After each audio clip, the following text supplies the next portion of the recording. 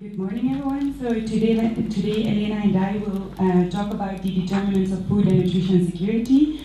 But in this presentation, we're actually not going to talk about those that are already largely covered in the literature, but we will go beyond the usual suspects. So nowadays, more than 800 million people are actually suffering from hunger, and as you can see from the map, there are actually huge differences across countries and across regions. Africa, for example, is a region with the highest percentage of people suffering from hunger, while Asia is a region with the highest absolute food insecure people. So the question, or one of the questions we actually try to answer in this FOODSECURE-project is, what is actually causing these differences across countries and across regions? So before we have a look at,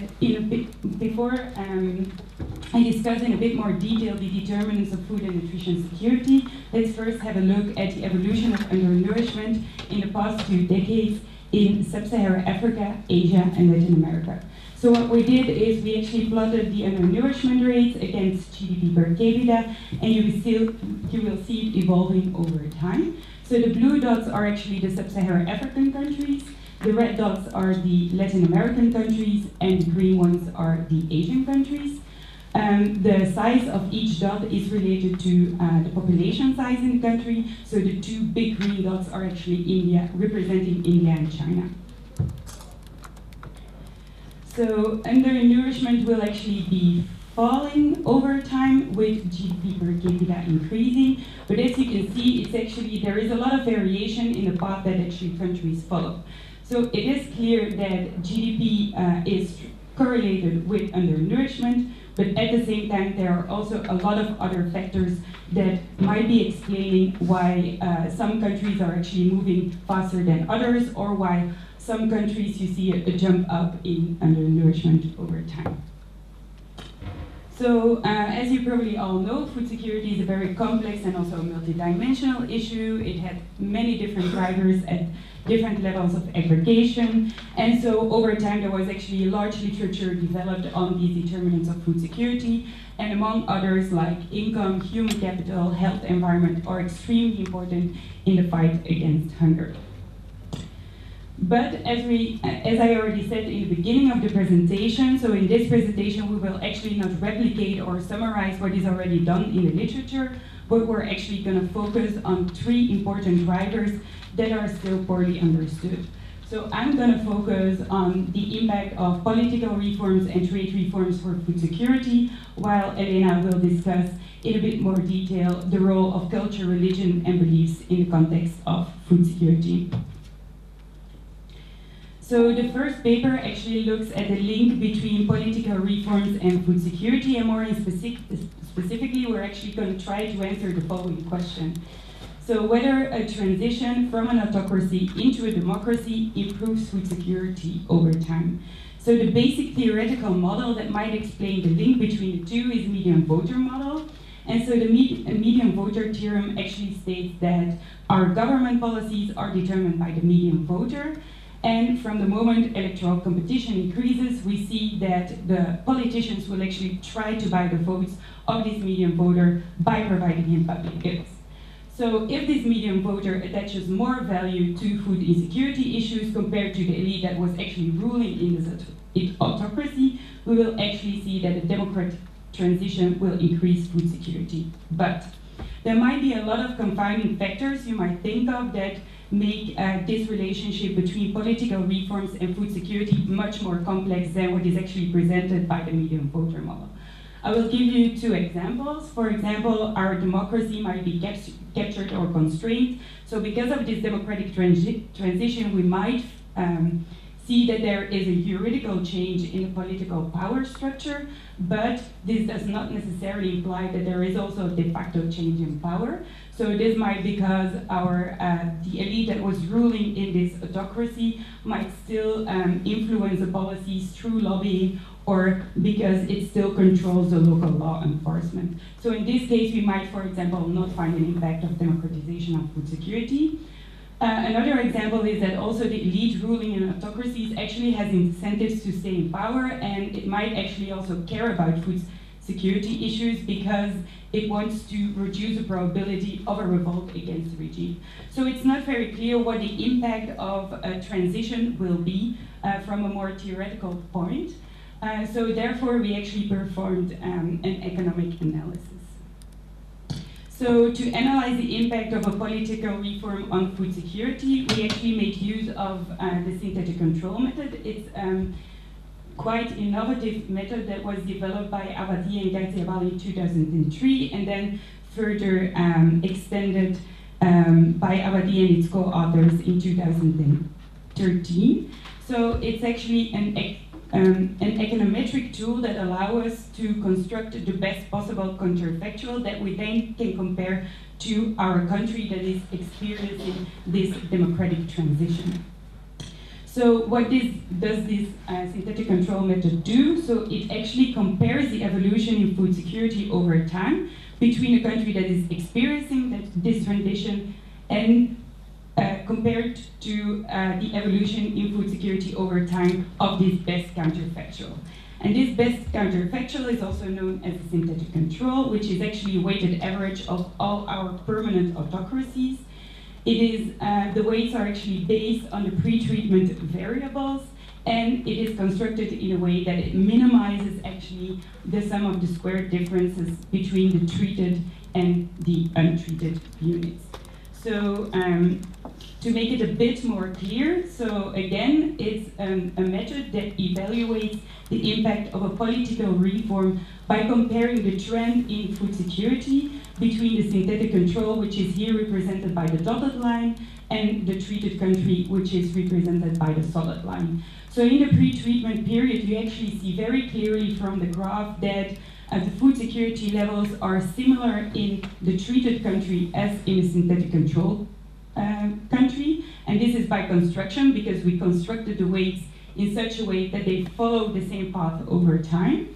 And then the effect of the political reform is actually measured by the divergence in food security levels after the political reform took place.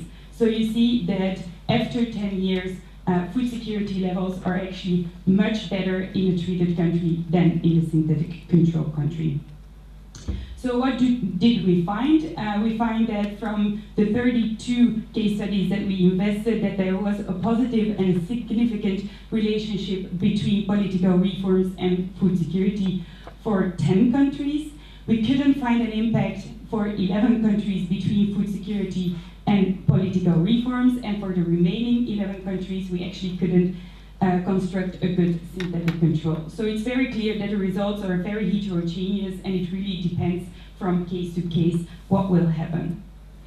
But if we now look at the average effect of a democratic transition on food security among the 10 countries for which we could find a positive effect, we again see in the pre-treatment period that that food security levels are very similar, and that after the transition took place, that food security levels are actually lower in the synthetic control compared to the treated unit. What's also interesting to see is that the difference only becomes significant after 4 years, so it's increasing over time actually. After 10 years, we actually also see that the difference in food security is that there is a difference of 9%. In the next slides, I actually will discuss the link between trade liberalization and food security. And so we will try to answer the following question. So does a trade reform improves food security? And this is actually based on a paper of Alessandro Olpo, Daniele Curzi, Elisa Patin, and Jos Wiener.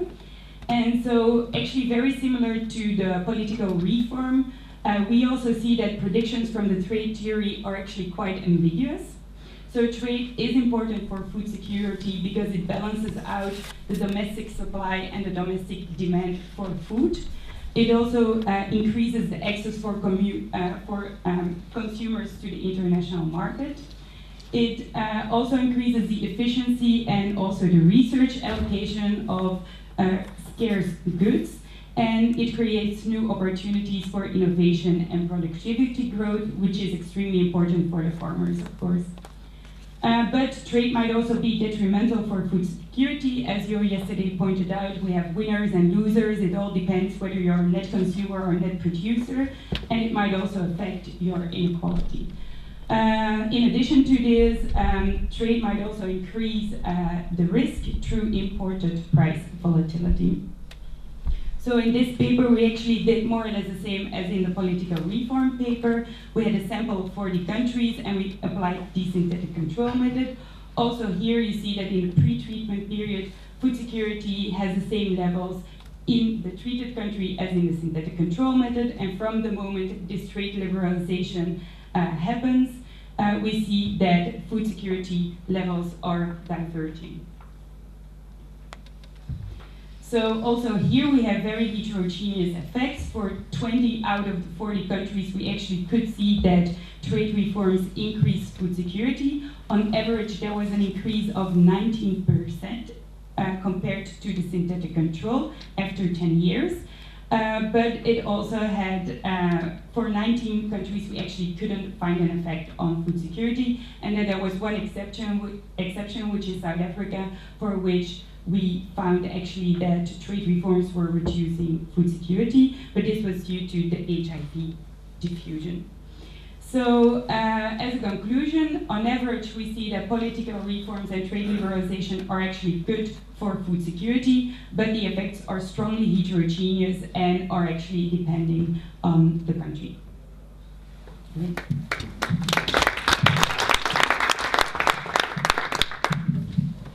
Okay, so I'm going to talk about a third set of unusual suspects, if you will, drivers of food and nutrition security, and those are culture, religion, and the beliefs embedded in these things. Now, this slide shows that culture has a large effect on our food preferences. There are many things on this slide that many people of you will find very unappetizing or very appetizing, depending on where you're from. But what I'm going to try to explain is that culture and religion affects how we eat, what we eat, and so on in many other ways than just our food preferences or what we think of as appetizing food. Before I do that, I'll explain very briefly what we understand by culture and religion. Though explains it very nicely by saying that religion and culture are very easy to use in ordinary discourse, but very difficult to define precisely. And many working definitions have been proposed in the literature, and even though it's very hard to find one universally accepted definition, there are some common elements. For culture, what is generally understood by it is a meaning and information system that is shared by a certain group and transmitted across generations. What's important in culture is that it is considered to be something that is shaped by your environment, and that's not only your ecological environment, but also the human environment, if you will, the political and economic environment. And because it is shaped by environment, it is inherently evolving and adaptive. It shifts and changes as the environment of a certain group changes. Now, culture itself is something that we do not really observe. We observe it by observing beliefs, general traditional practices, social rules, and so on, which are manifestations of a culture. Religion is, if possible, even harder to define, but common elements that are mentioned when we talk about religion are the belief in some higher order of existence or a supernatural being, how this order of existence relates to humanity, and also the notion of sacredness, which means that things in our material world are connected to this higher order of existence. Like culture, religion is also inherently adaptive and always evolving in response to changing circumstances, as we've observed in history.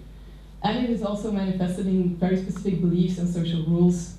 You can think of praying the Ten Commandments in Catholicism, for example, and beliefs about the world and humanity. Now, this is a very broad topic, of course, and a very difficult topic to summarize in 10 minutes. But I'll try to summarize the findings of Deliverable 2.4 by talking about 5 broad ways in which culture and religion can affect food and nutrition security. And the first is that culture and religion affect what we eat. Now, I showed you this slide. which shows that it affects our preferences for food tremendously, or what we consider to be culturally appropriate or acceptable food. But it also affects what we eat in many other ways. Many societies have very specific dietary rules, food prescriptions and proscriptions, meaning foods that you should eat or should not eat. And these can sometimes take on the nature of very absolute and very important rules like taboos. Often these have a symbolic nature. For example, many tribes say that it is not allowed to eat foods that are there to eat totemic animals. But these can also have very different reasons, like the taboo not to eat certain animals that are human-like, for example, like monkeys. You find that as well in many societies.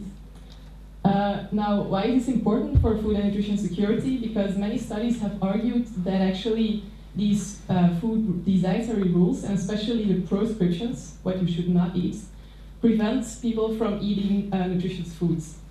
For example, for pregnant women, there are often many rules that they should follow, and some studies have argued that these prevent them from eating protein-rich foods or vegetables and so on. Now, what's interesting is that this seems to be very context-specific, because other studies have argued that these dietary rules in certain communities don't really have an impact, because people don't really eat the foods that are tabooed anyway, because people find substitutes for the foods that are not allowed, and so on. And then you have yet other studies who actually show that there might be positive effects on food and nutrition security of these rules. Some authors have found that in Fiji, for example, pregnant women are not allowed to eat certain fish species, and they found that these fish species are actually the species that are most likely to have toxins. And they estimate that by not eating these fish species when pregnant, the risk of food poisoning actually is reduced by 60 to 80% for pregnant women. And then there are many other ways in which these taboos could actually protect food and nutrition security, for instance by protecting certain species from overexploitation, protecting species that are also used for medicine, not to be overexploited, and so on. So these dietary rules, they can affect food and nutrition security in several ways. Then another way in which culture and religion affects what we eat is through intra-household food distribution. In many societies we see that there are different rules as to what people are allowed to eat, when they should eat, and so on. And we find, for example, that women in some societies are expected to eat less, which sometimes implies that they get smaller portions or that they get less nutritious foods. Now, there's been a very big debate on whether this is actually very prevalent and whether this actually has a big impact on the micronutrients absorbed. And some studies argue that yes, it has an important impact, some studies argue that don't. But in any case, it seems that this intra-household food distribution importantly affects what people inside the household get to eat. And then the last point in this broad category is traditional diets. So studies have started to analyze the nutritious value of traditional diets. And what they find is that many individual food items, but also combinations of food, actually increase the nutritional value of the total diets, or increase our ability to absorb the nutrients in the food, or have other health benefits. One example is, for example, the combination of grains and legumes, which is found in many societies. For example, in the Americas, you have the combination of squash and beans. And they found that the protein value of these combinations of foods is actually much higher than the individual protein value, the protein value of these individual items. This applies to many other wild vegetables or locally, traditionally consumed foods.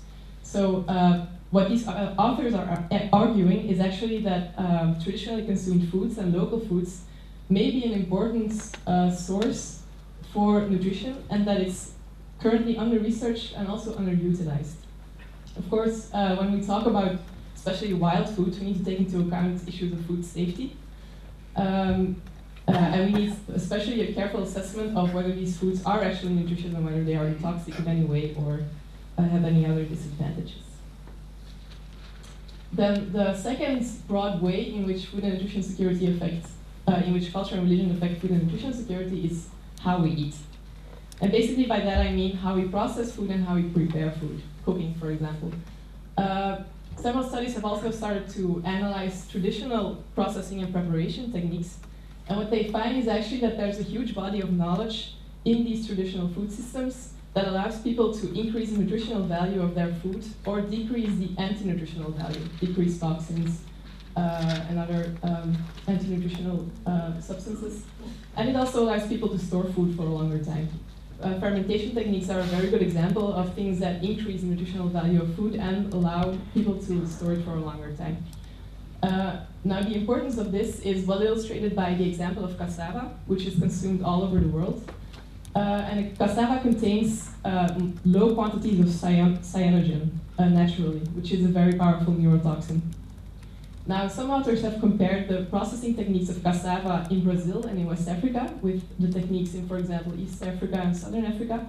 And they find that the techniques used in Brazil and West Africa reduce cyanogen by 6 to 18 times more than the techniques used in other regions, even below safe consumption levels. And even within countries, between communities, you find huge differences in how foods are prepared and in the cyanogen levels that are left in these foods. Now, what these authors are calling for is the documentation of this traditional knowledge on how to prepare and process food, and to share this knowledge and promote it in places where the techniques are maybe less optimal. Then another way in which culture and religion affect food and nutrition security is why we eat, which is more difficult to explain.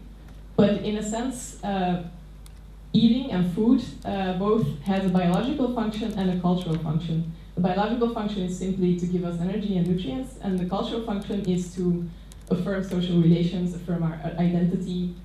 Sharing food among your peers is something that is very important in many cultures. And what we see is that often the cultural beliefs or cultural practices about foods are not consistent with the biological function. For example, cultural practices, like I've said, can prevent you from eating nutritious foods. And what we find is that the cultural value of foods usually tends to be stronger. So people will follow cultural rules and beliefs, even though it might not be the most beneficial from a health point of view. But many studies have also seen that people try to balance these two functions. For example, they see that in terms of these dietary rules, people try to secretly not adhere to them. Sometimes people even openly stop following these rules, but this might lead to conflicts with family members or elders. People also sometimes follow a light version of the traditional practices, which implies that they will follow certain rules which they deem somewhat practical or not harmful, and they will discard other rules. And what we also see is that people try to reinterpret certain rules so that they are in fact less harmful or more beneficial. For example, one way could be that women start eating certain foods that are actually not allowed, but then they will neutralize the negative effects by performing certain rituals or eating other foods that will restore the balance in their bodies. Then I will focus on health now, the impact of culture and religion on health, because health is, of course, intimately related to food and nutrition security, and because it is, in a way, also the goal that we're trying to achieve by improving food and nutrition security. And I'll try to show that culture and religion actually have a very important impact on health behavior and health care demand. And this goes through two channels. And the first one is how we perceive illness and health, how we think about it. Each culture has its own tradition of medicine and thinking about illness and health, and this involves illness representations, which means how you explain how the human body works and how you explain pathology, how you contract a disease. And in many societies, disease and health are not only considered to be physical things, but also to have a metaphysical dimension. So supernatural elements. And they believe that, for example, illnesses can be caused by an imbalance between you and your ancestors, between attacks of witchcraft, between the attack of evil spirits, and so on. And food in these illness representations is often intimately related to this metaphysical view on health, because food is seen as something that can affirm your relationship with your ancestors, for example, by offering sacrifices, but it can also disrupt it when you, for example, break food taboos or do not adhere to certain food dietary rules. So food in this way is often seen as a cause of illness. And this is especially important during symbolic life stages such as pregnancy or after child or for newborns. Why? Because many cultures consider women and newborns to be very vulnerable during pregnancy and after childbirth, and often many of these dietary rules are constructed to protect both the physical and the spiritual well-being of the mother and child. So you see many societies that women and pregnant women and newborns are actually subject to a lot of these rules about what they are allowed to eat. Then what follows from this in a way is how culture and religion affects how we deal with illness and health. And we see that food is often not only seen as a cause of illness, but also as a way to treat illness. And in fact, in many societies, the distinction between food and medicine is not very clear. And things that are part of the regular diets are often also used in traditional medicine. And this is important because when you look at the developing world, you see that the use or the reliance of traditional medicine is still widespread. Even in countries where public health services are well developed, like in Singapore or South Korea, you see that 60 to 80% of women still rely on traditional medicine, for example. And for many people, it still is the primary form of healthcare and usually the only form of affordable and accessible or culturally acceptable healthcare. And this has important implications for the use of biomedical medicine, or our form of medicine, if you will. And actually, many authors have argued that one of the most important obstacles to the use of public health services and biomedical medicine is the fact that these are completely inconsistent with people's local or cultural view on illness and health. For example, if people think that a disease is caused by something supernatural, like witchcraft or an imbalance with spirits, they will often not see biomedical medicine as competent to deal with this problem because it only focuses on the physical dimension of illness and not on the spiritual or supernatural dimension.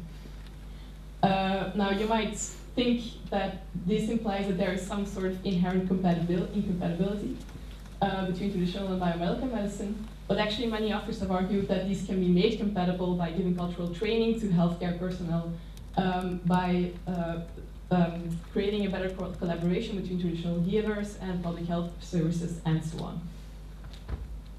So to quickly wrap up, basically, very broadly, culture and religion affect what we eat, how we eat, why we eat, and also how we see and how we deal with illness and health.